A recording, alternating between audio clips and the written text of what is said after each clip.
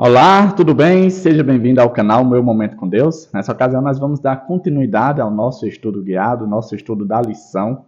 Esse estudo que tem apresentado aí o contexto, a introdução do Evangelho de Marcos. Se você não sabe, durante todo esse trimestre nós vamos estar abordando esse livro, o Evangelho de Marcos. Semana passada nós vimos ali algumas coisas a respeito do seu autor, qual era a situação, o que foi que ele viveu, qual era a história dele. E nessa semana, na segunda semana, nós estamos vendo ali os capítulos iniciais, como se iniciou o ministério de Jesus Cristo. E hoje, quinta-feira, nós vamos abordar mais um tema, ali abordando as ações de Jesus, como foi que ele se comportou, agiu em relação a algumas coisas que aconteceram na sua vida. Antes de nós nos aprofundarmos no estudo de hoje, nós buscamos a presença de Deus por meio da oração. Então, quero convidar você a, junto a mim, orarmos juntos. Vamos orar então? Senhor Deus, que estás nos céus, muito obrigado, Pai, por ter enviado o Teu Espírito Santo para nos conduzir para esse momento do estudo guiado. Claro que nós temos muitos afazeres durante o dia, mas com certeza vale a pena, faz uma total diferença nas nossas vidas quando nós separamos esses poucos minutos para meditar na Tua Palavra, te conhecer de maneira mais profunda e íntima, ter um relacionamento real contigo. Que Teu Espírito Santo continue falando aos nossos corações e que nós, Senhor, possamos dar ouvido a Ele. Porque, com certeza, toda vez que nós dermos ouvido, nós não apenas seremos abençoados, mas estaremos na Tua presença, que é a maior bênção de todas. Fica conosco, perdoa os nossos pecados. Em nome de Jesus Cristo. Amém. Pois muito bem, hoje, quinta-feira, dia 11 de julho, o nosso tema é: você pode guardar um segredo? O que será que aconteceu? Veja comigo no Evangelho de Marcos, capítulo 1, o versículo vai ser do 40 ao 45. Olha o que aconteceu aqui. E aproximou-se dele um leproso, que, rogando-lhe e pondo-se de joelho diante dele, lhe dizia: se queres, bem podes limpar-me. E Jesus, movido de grande compaixão, estendeu a mão e tocou-o, e disse-lhe: quero, ser limpo. E, tendo ele dito isso, logo a lepra desapareceu e ficou limpo. E, advertindo-o severamente, logo despediu e disse-lhe: olha, não digas nada a ninguém, porém, vai, mostra-te ao sacerdote e oferece pela tua purificação o que Moisés determinou, para lhe servir de testemunho. Mas tendo ele saído, começou a apregoar muitas coisas e a divulgar o que acontecera, de sorte que Jesus já não podia entrar publicamente na cidade, mas conservava-se fora em lugares desertos, e de todas as partes iam ter com ele.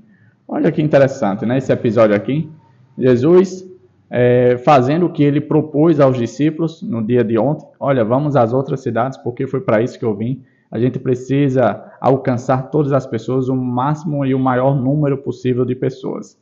E aí, provavelmente, ali, durante o percurso, aparece ali um personagem que, diante da sociedade, não era ninguém. Por quê, Davi? Porque ele estava acometido da doença de lepra. E hoje nós vamos desmistificar um pouquinho sobre o que era lepra. Às vezes a gente pensa, não, lepra antigamente era hanseníase. Será que era mesmo? Vamos ver o que é que o estudo trouxe para nós. Olha, o primeiro ponto que eu destaquei fala assim, ó. A lepra mencionada nessa passagem e em textos do Antigo Testamento não se refere apenas ao que hoje é conhecido como hanseníase. Uma tradução mais exata do termo bíblico seria algo como doença grave de pele ou dermatose, porque incluía várias doenças epidérmicas, ou seja, não era simplesmente hanseníase, eram várias doenças que atingiam a pele. Para você ver a gravidade e vamos dizer assim, a seriedade da doença da lepra antigamente. E aquela pessoa se aproxima de Jesus com essa doença, pedindo a ele misericórdia, pedindo a ele compaixão, pedindo a ele a solução. Interessante que o simples fato dele se aproximar de Jesus já mostra muito e fala muito ao seu respeito. Olha esse ponto que eu falei, que eu mencionei aqui, ó. O leproso teve fé que Jesus podia purificá-lo. Os leprosos, eles não podiam ficar próximo à sociedade, eles ficavam isolados, em locais que só tinham outros leprosos.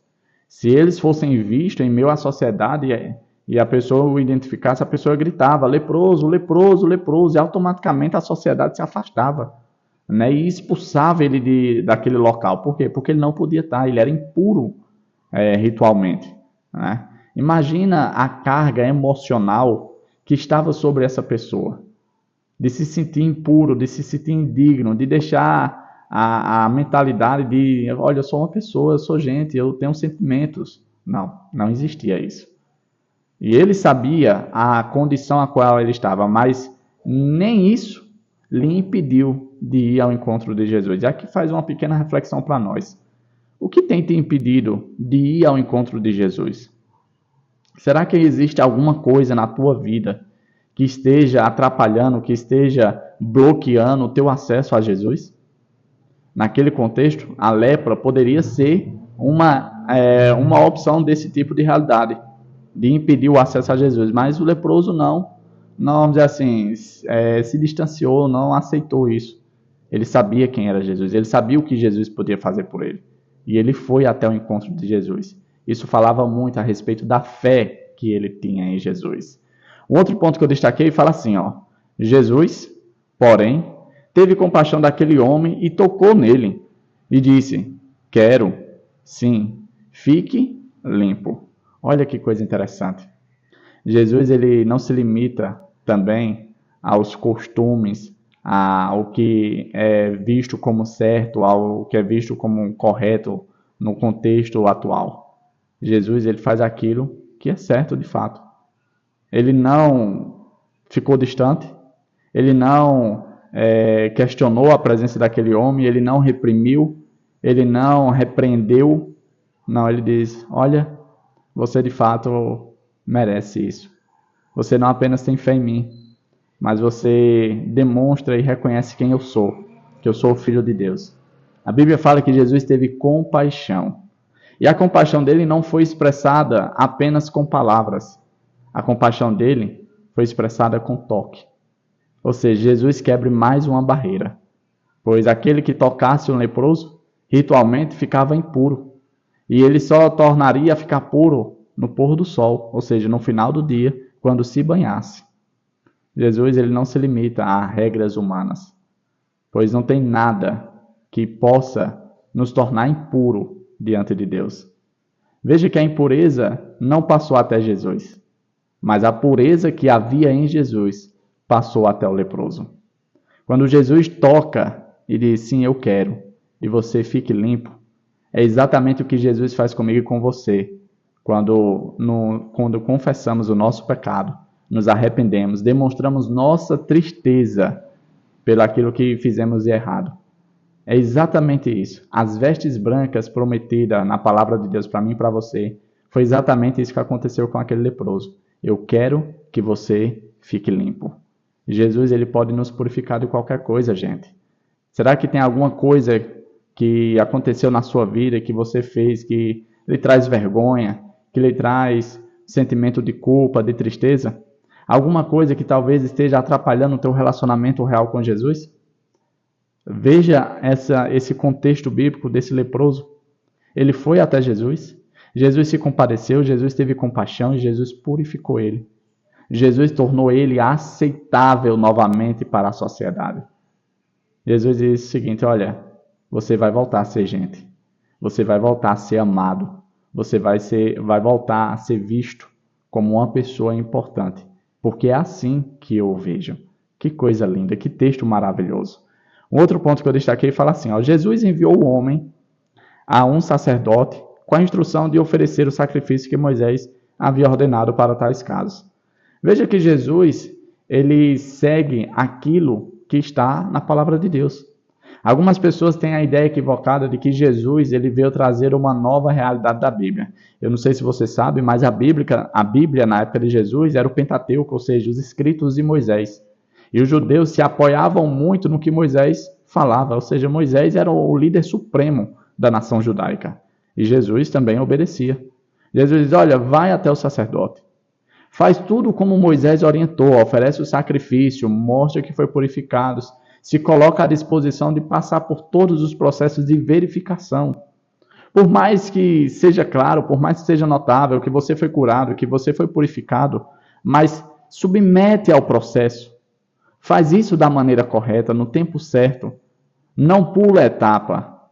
Faz conforme Moisés orientou. Por que Jesus pediu para fazer isso? Jesus não queria chamar a atenção para si. Jesus queria chamar a atenção para Deus. Moisés, quando passou essas orientações, Moisés estava sendo guiado por Deus, assim como Jesus o era. Jesus estava ali fazendo o seu ministério, e o ministério de Jesus não era um ministério egoísta de tipo, olha, eu sou tal e vocês devem buscar a mim porque eu estou acima da lei, eu estou acima da Bíblia. Não. Jesus, quando ele, em determinado momento, em outro evangelho, ele diz, eu vim aqui para cumprir a lei. Eu não vim revogar, eu não vim descumprir, eu vim fazer exatamente aquilo que está na lei. Que coisa interessante. E o último ponto diz assim, isso explica por que Jesus mandou que o homem mantivesse silêncio sobre o ocorrido. Se ele contasse sobre a sua cura, isso poderia prejudicar a decisão do sacerdote, levando a se opor a Jesus. Imagina se o leproso, né, o ex-leproso, não se submete, né, ao processo ali de verificação da sua purificação que Moisés prescreveu. O que é que ia acontecer? Agora o pessoal ia se opor mais. Jesus não teria mais espaço. As pessoas diziam, ele agora quer passar por cima de Moisés. Ele agora se acha melhor do que Moisés. Percebe que iria criar uma barreira? Infelizmente, o leproso não entendeu a ordem de Jesus, o que Jesus recomendou. O leproso saiu, talvez ali tomado pela emoção da alegria, talvez tivesse passado muitos anos que ele tivesse acometido com aquela doença, e agora a ansiedade de falar que estava curado, que não era mais aquele indigno, aquela pessoa impura, fez com que ele desobedecesse a Jesus. Qual foi a consequência disso? Jesus não conseguia mais entrar nas cidades. Não era mais permitido. Como, Davi? Não era mais permitido. Tinha alguém que bloqueava? Não, as pessoas estavam correndo atrás de Jesus. E agora Jesus se mantinha ali nos locais isolados, fora das cidades. E as pessoas iam até eles. Ou seja, de certo modo, aquelas pessoas que não tinham condições de ir até Jesus, ficaram agora refém de uma situação causada por aquele leproso. Será que não existe alguns testemunhos que eu e você devemos manter em silêncio para promover mais a obra do Senhor? Algumas pessoas elas ficam ovacionadas para testemunhar sobre os feitos de Deus na sua vida. Mas nós precisamos de sabedoria, nós precisamos da presença do Espírito de Deus para saber se isso vai ou não colaborar com o ministério de Deus aqui na terra. Infelizmente, aquele segredo que Jesus tinha pedido não foi guardado. Houve algumas consequências que nós possamos aprender com essa história. E por mais que seja emocionante ver a realidade do poder de Deus nas nossas vidas, haverá situações em que eu e você teremos que dar glória em silêncio a Ele.